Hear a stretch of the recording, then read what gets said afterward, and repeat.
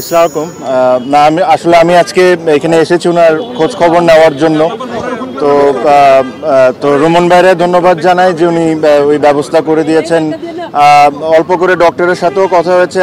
আমারই একটা মেসেজই থাকবে সবার কাছে যে এই জিনিসটাকে আমরা কেউই পলিটিক্যালিভাবে না দেখে আমরা সবাই জানি যে উনি দেশের জন্য কত কিছুই করেছেন। উনি এখন অসুস্থ। আমি এটাই আশা করব আর রিকোয়েস্ট করব সবাইকে যে জিনিসটাকে পলিটিক্যালিভাবে না দেখে সবাই ওনার জন্য দোয়া করুন যেন উনি তাড়াতাড়ি সুস্থ হয়ে যান। একই কথাই বলেছেন যে দেখেন আমরা সবাই জানি যে ওনার অবস্থাটা যেরকম আমরা চাই সবাই যত দ্রুত ভালো হয়ে যাক, ওই অবস্থায় নাই উনি এখন, বাট স্লাইটলি অথবা ইমপ্রুভ করছেন। আমি নিজেও যখন অসুস্থ হয়েছিলাম ওনার পরিবারের সবাই আমাকে দেখতে এসেছিলেন। আমার যতটুকু কমফর্ট করা সম্ভব ওনার পরিবার থেকে আমাকে ওই সাহায্যটা ওনারা করেছিলেন।